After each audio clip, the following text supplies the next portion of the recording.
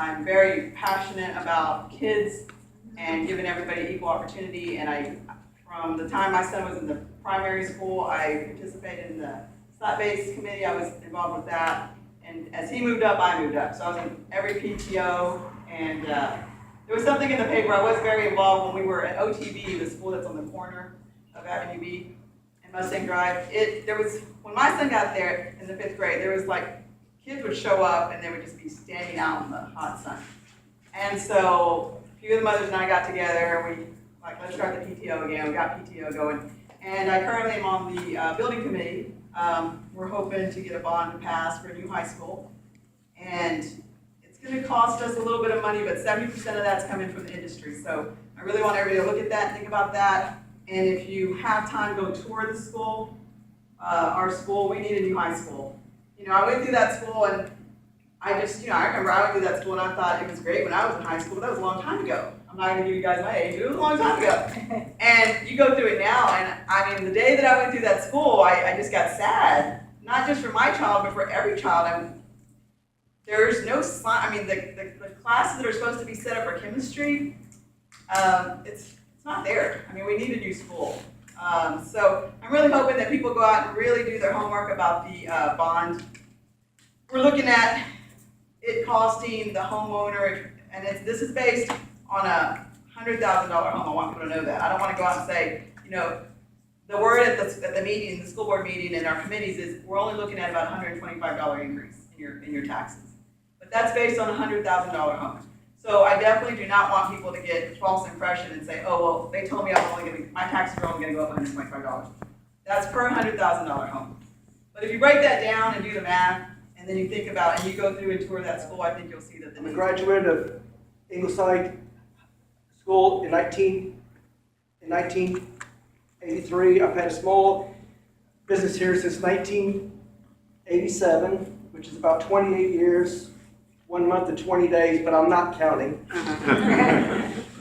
I have sat on the Board of Adjustments. I sat on the Board of Adjustments for 6 years, and 2 of those as chairman.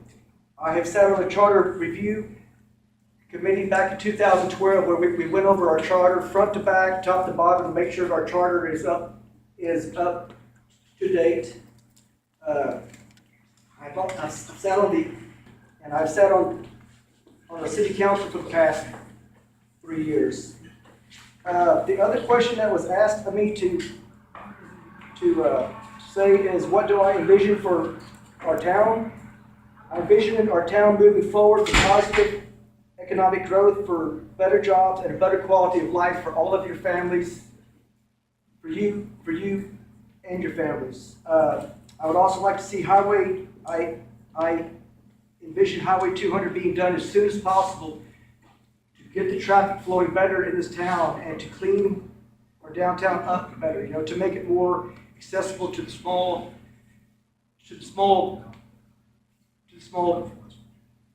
businesses, just so people can get into it easier. Our traffic is crazy right now. I would like to see Highway 200 done as soon as possible to relieve all that traffic. I envision more parks and recreational areas, ball fields, and disc golf for our families and their children. I think it's very, very important. Our park in town is being used a lot, and that is great. That's what I'd like to see, is more parks and more fields being built, because the kids seem like that's a nice place for kids to go to. I'm talking to a lot of citizens, even though I don't have an opponent, and I do have some ideas that I think we need. We've got industry, and that's all we've heard about. We've heard a lot about industry. And I don't mean to step on anyone's toes, but anyone who knows me knows I'm pretty direct. I think we have to be very careful that we're not only known for industry outside the community. There's a lot more that this current council and previous councils as a result of what they did way back. Because what happens today typically is the result of previous councils or previous management. We've got to be careful. Don't forget there's a lot going on in the city with residential development. We have an election coming up. No matter who you vote for, I'm a proponent of elections. That's when the voters, the citizens speak. Speak with your vote, no matter who it is. I would hope that maybe we could get more people to come out to meetings like this. So I've been thinking, how do we do that? So one of my ideas is we somehow got to get the public back involved. Because let's face facts, the council, never forget, we work, since I'm going on, I will use the term we work for the citizens. That's who our employer is. I don't think we should ever forget that. The city has a lot of money right now. The city, I was on the council when we were almost bankrupt. So I've seen the down days, and the current staff and the management and the administration has done a great job. We have money. I've talked to the management, or Mr. Gray, regarding sidewalks. We've got to start doing something to give something back to the community, core things to the community. I'm glad I see on the last council agenda, they put on some money for sidewalks. I think we should have a sidewalk project every year. Can't do them all, but we just like to do the roads. You have 20 roads, take it to council, prioritize them. This is the roads we're going to do this year. The same thing should be start out in the neighborhoods. Somebody mentioned to me yesterday some neighborhoods. They told me about one particular person, disabled, in a wheelchair, would like to get out, but there's dirt right alongside there. Every community needs three things. You have to have some industrial. You have to. You have to have residential. Never forget those residents, because if you don't have residents, you don't have a community, period. And you need commercial.